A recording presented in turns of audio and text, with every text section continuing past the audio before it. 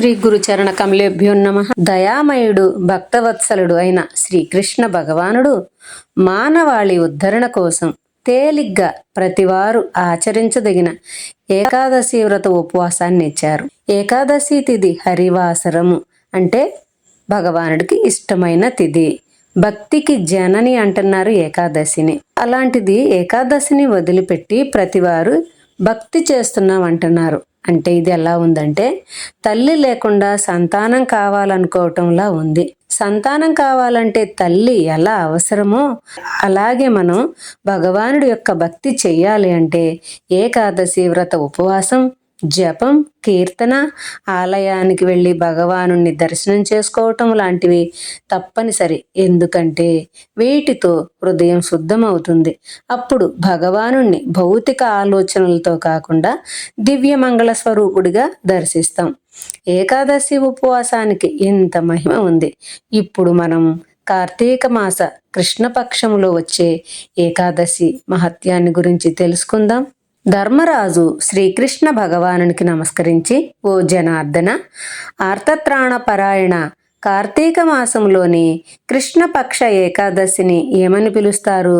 అలాగే దాని మహిమను కూడా దయతో వివరింపవలసిందని ప్రార్థించారు.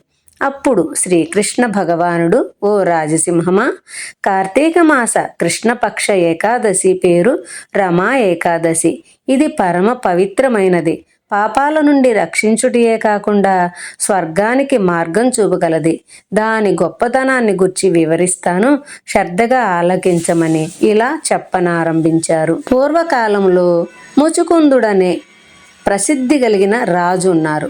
ఆయన ఇంద్ర, యమ, వరుణులు మరి రావణాసురుని తమ్ముడైన విభీషణుని కూడా మిత్రుడు.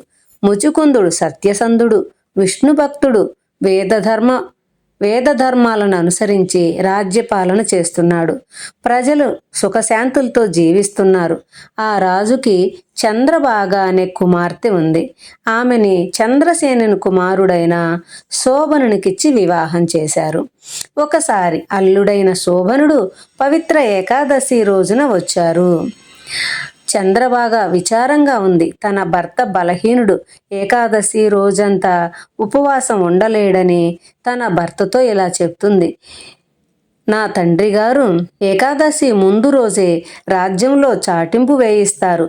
ఏకాదశి నాడు ఎవ్వరూ భోజనం చెయ్యరాదు అని, అది హరివాసరము అని.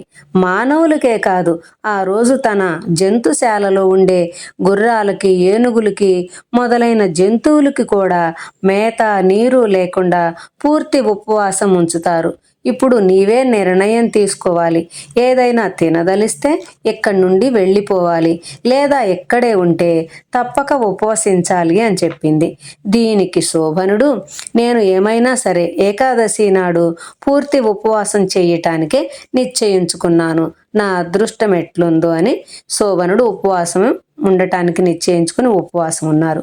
కొంచెం సేపటికి అతనికి ఆకలి, దాహం మిక్కటంగా బాధిస్తున్నాయి. ఎలాగో సూర్యుడు అస్తమించాడు. ధర్మరాజా, భక్తులంతా హరిపూజలో, హరినామ సంకీర్తనలు మునిగిపోయి ఉన్నారు. శోభనుడు ఆకలి దప్పులతో బాధ భరించలేకుండా ఉన్నాడు.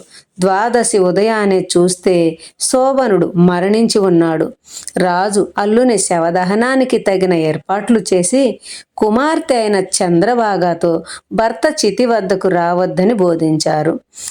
ఆమె అలానే చేసింది. తర్వాత శోభనుడికి ఉత్తర క్రియలు జరిపించారు.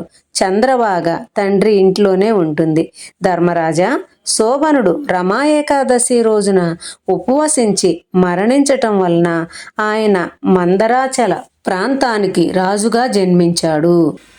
ఆ రాజ్యం గంధర్వ రాజ్యం వలె సర్వశోభలతో ఉంది. అతని భవనముల గోడలు వజ్ర వైఢూర్యాలతో పొదగబడి ఉన్నాయి. స్తంభములు పుష్యరాగ గోమేధికములతో, బంగారముతో చేయబడినాయి. రాజుగా శోభనుడు స్వచ్ఛమైన తెల్లని ఛత్రము కింద సింహాసనంపై కూర్చుని ఉండగా దేవతలు వింజామరులు వేస్తున్నారు. తలపై తలతళా మెరియు కిరీటము, చెవులకు కుండలములు, మెడలో బంగారు ఆభరణములు, చేతులకు వజ్రములు పొదగబడిన భుజకీర్తులు, కంకణములు అతనికి ఎంతో వైభవం సమకూర్చినది. గంధర్వులు పాడుచుండగా, అప్సరసలు నాట్యమాడుచుండగా సభ ఇంద్రసభ వలె ఉంది. అతడు రెండవ ఇంద్రుని వలె ప్రకాశిస్తున్నాడు. ఒకరోజు ముచుకుందుని రాజ్యంలో నివసించే సోమశర్మ అనే బ్రాహ్మణుడు తీర్థయాత్రలు తిరుగుతూ శోభనుని కొలువుకోటానికి వచ్చారు. అక్కడ శోభనుని చూసి అతడు ముచుకుందుని అల్లుడేనని తెలుసుకున్నాడు. శోభనుడు బ్రాహ్మణోత్తముని చూడగానే సింహాసనము నుండి లేచి స్వాగతం పలికి ఆర్ఘ్యపాదాలతో సత్కరించి ఉచితాసనం మీద కూర్చుండబెట్టారు. తర్వాత సోమశర్మ ముచుకుంద మహారాజు గురించి చెప్పారు. ఇది విని శోభనుడు తన మామగారు, తన భార్య చంద్రబాగ, నగరవాసులు క్షేమమేనా అని అడిగారు. సోమశర్మ అన్ని వివరాలు తెలిపారు. కానీ సోమశర్మకి శోభనుని అక్కడ చూసి ఆశ్చర్యంగా ఉందని, ఇది ఎలా సంభవించిందో తెలుపమన్నారు. దీనికి శోభనుడు, నేను రమా ఏకాదశి ఉపవాసం ఉండటం వలన ఈ రాజ్యప్రాప్తి కలిగింది. కానీ ఇది శాశ్వతం కాదు. దీనిని శాశ్వతం చేసే మార్గమేదో తెలుపమని ప్రార్థించాడు. ఈ మాటలు విన్న బ్రాహ్మణోత్తముడగు సోమశర్మ ఇలా అన్నారు. ఈ రాజ్యం ఎట్లు తాత్కాలికమైంది? దీనిని నాకు తెలియజేసించు, నాకు చేతనైన సహాయం చేస్తానన్నారు. అప్పుడు శోభనుడు ఇలా చెప్తున్నారు. నాకు నమ్మకం లేకుండా ఏకాదశి ఉపవాసం ఉండటం వలన ఈ భోగం లభించింది. దీనిని ఎలా శాశ్వతం చేసుకోగలను? మీరు దయతో మీ రాజ్యానికేగి నా భార్య చంద్రబాగతో ఈ వృత్తాంతమంతా కూడా తెలపవలసిందని కోరారు. అప్పుడు నిశ్చయంగా ఈ నగరం శాశ్వతం కాగలదు. శోభనుని కోరిక ప్రకారం సోమశర్మ తన రాజ్యానికి వచ్చి రాజగు ముచుకుందునికి భార్యయగు చంద్రబాగకు శోభనుని వృత్తాంతమంతా చెప్పారు. వారంతా కూడా ఆశ్చర్య సముద్రాన మునిగి ఇది ఎలా సంభవమైంది అని చంద్రబాగ బ్రాహ్మణునితో ఇది కళా నిజమా అని ప్రశ్నించింది. సోమశర్మ చంద్రబాగతో నిజంగా తాను ఆమె భర్తయగు శోభనుని చూశానని, అతని నగరం గంధర్వ నగరంగా ఉన్నదని, శోభనుడు మాత్రం ఇది తాత్కాలికమని, అది ఎప్పుడైనా మాయం కావచ్చునని, దానిని శాశ్వతం చేయు ఉపాయం తెలుపవలనని కోరారని చెప్పారు. అప్పుడు చంద్రబాగ సోమశర్మతో తనను తన భర్త నగరానికి తీసుకువెళ్ళమని కోరింది.